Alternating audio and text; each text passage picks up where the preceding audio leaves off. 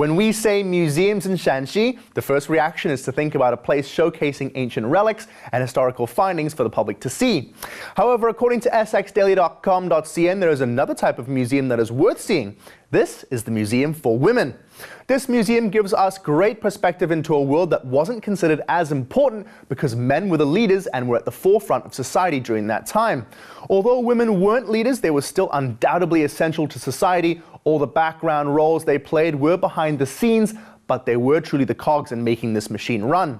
With there being so much to read and see about in regards to women here in this museum, I'm going to give some examples of what you can expect to see when you come and visit. The first thing, which is also probably the most intriguing, is what they call 3-inch feet, and yes, it's exactly what it sounds like. In ancient times, women who had small feet were considered attractive, so women had to bind their feet from birth to make sure they didn't grow. If this process wasn't undertaken, it would severely hinder the chances of marriage, and although this was a very painful process, it was one that had to be done. When you venture around the museum, you can see and take a look at these shoes yourself, and it's quite astonishing to think something your hand couldn't fit into is what you had to walk in every day. Another interesting thing you will see at the museum is that in the area of Jiangyong County and Hunan Province, women during this time used to have their own language that was only taught for women by women. This special language that was brought on women from birth was a way to make sure they stuck together as a community and gave them some sort of power in society. They would use this language to keep secrets and was used very discreetly to make sure men would never understand. So discreet that they kept whatever they learnt and said in a diary that would be well hidden, and when they would be coming to the end of their lives, they would either burn the diary or have them buried with them. Up until recently, this language was still alive in modern society. However, the last woman to ever understand this language died in 2009, and her diary is kept in this museum to see. Although the language might have died, the meaning of it will always live on. Our third example is actually of one woman.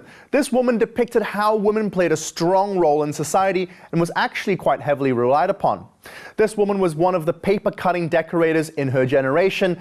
Now that might seem like a little simple job, but I assure you it's not. What set her apart from the other paper cutters was her speed, as she could cut multiple pieces before others finished one. She was also good at cutting in great detail, so people all around the city would specifically find her to make their decorations.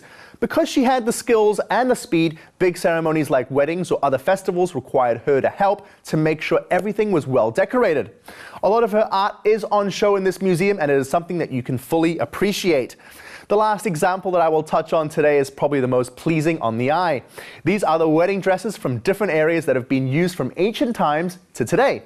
The gowns they had to wear are totally different to what we are used to, but are every bit as extravagant.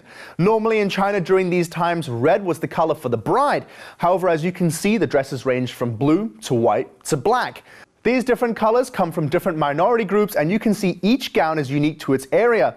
Some gowns require a veil that are silver in color and almost look like a crown, while others won't have anything of the sort and maybe will only have some local jewelry to accompany her. All these different examples are only scratching the surface in terms of what you will learn about women during these times. By being here, it makes you realize how good life is now and how far society has come. So whether you are a woman or not, I highly suggest getting over here and checking out this incredible museum where I'm sure you'll learn a lot from. That's it for today's show. If you've enjoyed our show, remember to catch us every day here on Blue Ocean Network. For more information, please visit BONTV. I'm Aaron Staten-Roby. Thanks for watching, and I'll see you soon.